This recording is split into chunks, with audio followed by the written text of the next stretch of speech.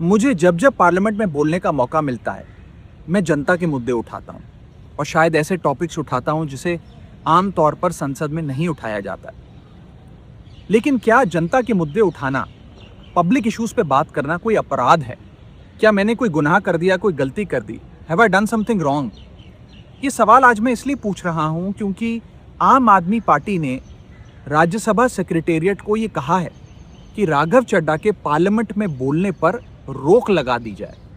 जी हाँ, आम आदमी पार्टी ने पार्लियामेंट को ये सूचित किया है कि राघव चड्ढा को पार्लियामेंट में बोलने का मौका ना दिया जाए। अब भला कोई मेरे बोलने पर रोक क्यों लगाना चाहेगा? मैं तो जब बात करता हूं देश के आम आदमी की बात करता हूं। एयरपोर्ट पर मिल रहे महंगे खाने की बात रखी, जोमैटो ब्लिंकिट के डिलीवरी राइडर्स की प्रॉब्लम रखी, खाने में मिलावट का मुद्दा उठाया, टोल प्लाजा लूट से लेकर बैंक चार्जेस लूट की बात करी, यहाँ तक कि मिडिल क्लास पे टैक्स के बोझ से लेकर कंटेंट क्रिएटर्स पर स्ट्राइक क्यों करी जाती है, टेलीकॉम कंपनियां कैसे 12 महीने में 13 बार हमसे रिचार्ज कराती हैं, डेटा रोल ओवर नहीं देती हैं, रिचार्ज खत्म होने के बाद इनकमिंग रोक देती है, तमाम इश्यूज मैंने सदन में उठाए। और ये मुद्दे उठाने के बाद देश के आम आदमी का तो फायदा हुआ, लेकिन इससे आम आदमी पार्टी का क्या नुकसान हुआ? भला कोई मुझे बोलने से क्यों रोकना चाहेगा? कोई मेरी आवाज को क्यों बंद करना चाहेगा? खैर, आप लोग मुझे अनलिमिटेड प्यार देते हैं। मैं जब जब आपके मुद्दे उठाता हूं, आप मुझे सपोर्ट करते हैं, मुझे शाबाशी देते हैं, मेरा हौसला बढ़ाते हैं। मैं आपको कहना चाहता हूं थैंक यू। ऐसे ही मेरा हाथ और मेरा साथ थामे रखिएगा, छोड़िएगा मत। मैं आपसे हूं और मैं आपके लिए हूं। और जिन लोगों ने आज पार्लियामेंट में मेरे बोलने का अधिकार मुझसे छीन लिया, मुझे खामोश कर दिया, मैं उन्हें भी कुछ कहना चाहता हूं। मेरी खामोशी को मेरी हार मत समझ लेना। मेरी खामोशी को मेरी हार मत समझ लेना। मैं वो दरिया हूं जो वक्त आने पर सैलाब बनता है। राघव भाई, अभी आपका वीडियो देखा। हम सब लोग अरविंद केजरीवाल जी के सिपाही हैं और हमने तो एक ही बात सीखी थी, जो डर गया समझो मर गया। हम सबको तो लोगों के मुद्दे उठाने थे सरकार की आंख में आंख डाल के।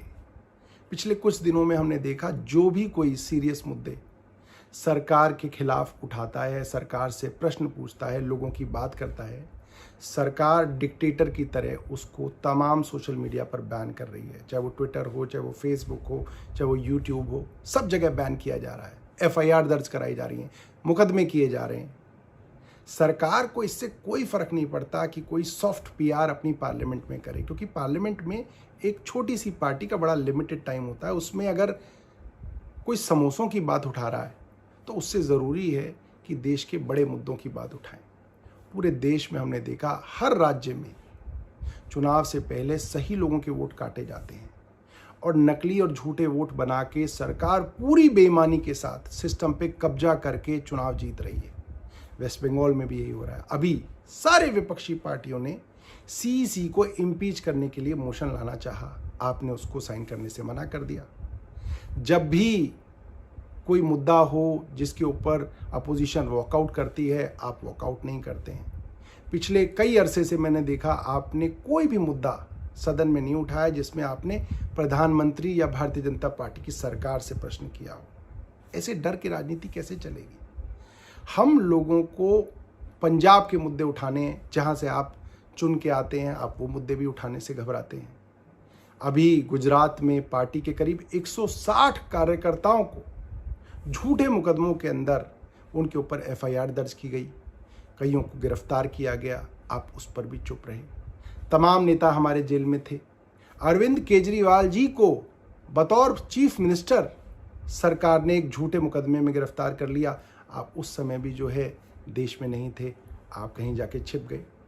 मेरा मानना ये है कि देश के लिए असली मुद्दे हमें निडरता से और साहस से उठाने पड़ेंगे और भारतीय जनता पार्टी की आंख में आंख डाल के आपको मुद्दे उठाने पड़ेंगे। वरना देखिए, आपके जो सॉफ्ट मुद्दे हैं उनसे उनको कोई फर्क नहीं पड़ता। बल्कि भारतीय जनता पार्टी तो कल से आपको सोशल मीडिया पे सपोर्ट कर रही है। आप इसके बारे में सोचिएगा और देखिएगा कि आप कहाँ से चले थे और कहाँ आ गए, और देश को किन चीज़ों की ज़रूरत है और आप कैसे बेहतर कर सकते हैं। धन्यवाद। आज मैं राज्यसभा सांसद राघव चड्ढा जी से कुछ सवाल पूछना चाहती हूँ। राघव जी, आप बीजेपी से इतना डरते क्यों? आप बीजेपी से सवाल उठाने से डरते क्यों हैं? आप मोदी जी से सवाल उठाने से डरते क्यों हैं? आज हमारा देश एक बहुत बड़े संकट से गुजर रहा है। आज हमारे देश के लोकतंत्र पर, आज हमारे देश के संविधान पर खतरा, आज हमारी आंखों के सामने इलेक्शन कमीशन का मिसयूज करके पश्चिम बंगाल का इलेक्शन चुराया जा रहा है, लेकिन आप उस पर सवाल नहीं उठा रहे, आप उस पर बोलने से डर रहे हैं। हम सबने देखा किस तरह से दिल्ली में गलत तरीके से वोट काटे गए, बीजेपी के कार्यकर्ताओं ने गलत तरीके से वोट बनाए और बीजेपी इलेक्शन चुरा के ले गई। और आज वेस्ट बंगाल में यही हो रहा है। आज इलेक्शन कमीशन का मिसयूज हो रहा है, लेकिन जब तृणमूल कांग्रेस और पूरी ऑपोजिशन इलेक्शन कमीशन के खिलाफ इंपीचमेंट मोशन लेकर आती है तो आप उस पर साइन करने से मना कर देते हैं। आपने क्या एक बार भी संसद में पश्चिम बंगाल में हो रहे लोकतंत्र पर हमले पर सवाल उठाए, वोटर डिलीशन पर सवाल उठाए, गलत तरीके से बनते हुए वोट पर सवाल उठाए? क्यों नहीं उठाए? क्या बीजेपी से डर रहे हैं? क्या मोदी जी से डर रहे हैं? आज देश के सामने, देश के आम आदमी के सामने सबसे बड़ा संकट एलपीजी गैस सिलेंडर का है। आप तो बड़े आदमी हैं, राज्यसभा के सांसद हैं, हो सकता है आपको दिक्कत ना आती, लेकिन एक आम परिवार, एक छोटे से मकान में रहने वाला, एक कच्ची कॉलोनी में रहने वाला एक गैस सिलेंडर के कनेक्शन के परिवार को आज अपने बच्चों के लिए खाना बनाने में दिक्कत हुई। पिता सोच रहे हैं मैं काम पर जाऊं, दिहाड़ी लेकर आऊं, या लंबी लंबी लाइनों में खड़ा होकर गैस का सिलेंडर लेके आऊं कि कल मेरे बच्चों के लिए लंच बन सके। जब आम आदमी पार्टी ने पंजाब में, दिल्ली विधानसभा में सिलेंडर का सवाल उठाया, जब आम आदमी पार्टी के सांसदों ने एलपीजी सिलेंडर का मुद्दा उठाया और आपको जब एलपीजी के मुद्दे पर बोलने के लिए कहा गया तो आप चुप रह गए। आप मोदी जी से डर गए क्या? आज इस देश में हर इंसान को यह तय करना होगा कि क्या वो मोदी जी के साथ है या वो संविधान के साथ है, लोकतंत्र के साथ। मुझे याद आ रहा है जब अरविंद केजरीवाल जी गिरफ्तार हुए थे, हम सब सड़कों पे खड़े होकर लड़ रहे थे, पुलिस हम पे लाठियां चढ़ा रही थी, हमें घसीट घसीट कर पकड़ कर लेके जा रही। दिल्ली के अलग अलग थानों में, कहीं नरेला में, कहीं बवाना में हम जीते हुए, हम रोज सड़कों पे लड़ रहे थे। आप तब लंदन में, आपने हमें बताया कि मेरी आंख का ऑपरेशन हो रहा है इसलिए मैं लंदन में। हमसे मीडिया ने बहुत सवाल पूछे, बार बार हमने मीडिया को कहा कि नहीं नहीं, राघव चड्ढा जी डरे नहीं हैं, उनकी आंख में प्रॉब्लम है, वो अपना ऑपरेशन करवाने हैं। लेकिन आज राघव जी, मेरे मन में भी ये सवाल आ रहा है कि जब अरविंद केजरीवाल जी गिरफ्तार हुए तब भी आप बीजेपी से डर गए, तब भी आप मोदी जी से डर गए, क्या आप डर के लंदन भाग गए? देखिए, हो सकता है कि आप मोदी जी से डरते, हो सकता है आप जेल जाने से डरते, लेकिन हम अरविंद केजरीवाल के सिपाही हैं। हम ना बीजेपी से डरते हैं, ना मोदी जी से डरते हैं, ना उनकी एजेंसी से डरते हैं, ना जेल जाने से डरते हैं। इसलिए हम इस देश के आम आदमी की आवाज उठाते आए हैं, इस देश के आम आदमी की आवाज उठाते रहेंगे, इस लोकतंत्र के लिए आवाज उठाते आए हैं, लोकतंत्र के लिए आवाज उठाते रहेंगे। राघव जी, मोदी जी से डरने से, बीजेपी से डरने से संविधान नहीं बचेगा, लोकतंत्र नहीं बचेगा।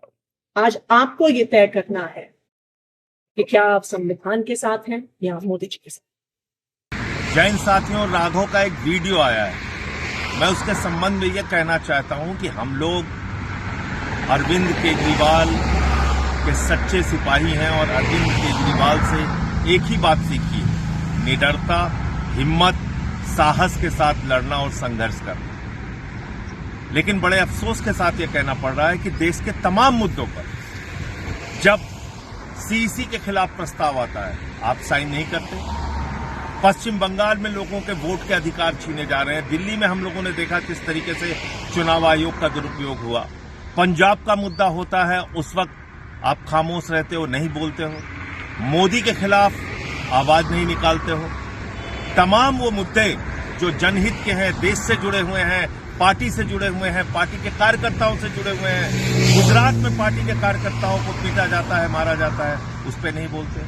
पंजाब के तमाम अधिकारों को छीनने का काम केंद्र सरकार और मोदी सरकार करती है, उस पर नहीं बोलते।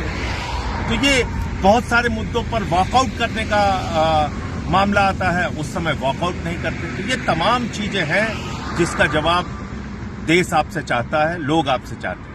पार्टी ਵੱਲੋਂ ਲਾਈਨ ਹੈ ਕਿ ਅੱਜ ਇਹ ਮੁੱਦਾ ਜਿਹੜਾ ਹੈ ਉਹ ਜਿਹੜੀਆਂ ਵੋਟਾਂ ਕੱਟੀਆਂ ਜਾ ਰਹੀਆਂ, ਲੀਗਲ ਵੋਟਾਂ ਨੂੰ ਕੱਟਿਆ ਜਾ ਰਿਹਾ, ਸਹੀ ਵੋਟਾਂ ਨੂੰ ਕੱਟ ਕੇ ਗਲਤ ਵੋਟਾਂ ਆਪਣੇ ਬੰਦਿਆਂ ਦੀਆਂ ਜਾਲੀ ਵੋਟਾਂ ਬਣਾਈਆਂ ਜਾ ਰਹੀਆਂ ਨੇ। ਇਸ ਮੁੱਦੇ ਤੇ ਬੋਲਣਾ ਹੈ। ਗੁਜਰਾਤ ਦੇ ਵਿੱਚ 160 ਸਾਡੇ ਲੀਡਰ ਤੇ ਵਲੰਟੀਅਰਾਂ ਤੇ ਪਰਚੇ ਕਰ ਦਿੱਤੇ ਗਏ, ਉਹਦੇ ਤੇ ਬੋਲਣਾ ਹੈ।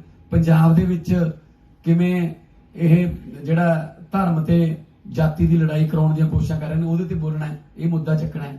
ਜਾਂ MSP ਦਾ ਜਾਂ GST ਦਾ ਪੈਸਾ ਜਾਂ RDF ਦਾ ਪੈਸਾ ਉਹ ਚੱਕਣਾ ਹੈ। ਉਹਦੀ ਬਜਾਏ ਜੇ ਕੋਈ 에ਅਰਪੋਰਟ ਤੇ ਸਮੋਸਿਆਂ ਦਾ ਰੇਟ ਜਾਂ ਕੋਈ ਕਿਸੇ ਡਿਲੀਵਰੀ ਜਿਹੜੀ ਹੈ PJ ਦੀ ਉਹ 30 ਦੀ ਬਜਾਏ 40 ਮਿੰਟਾਂ 'ਚ ਹੋ ਜਾਣੀ ਚਾਹੀਦੀ ਹੈ, ਐਦਾਂ ਦੇ ਮੁੱਦੇ ਚੱਕੂਗਾ ਫਿਰ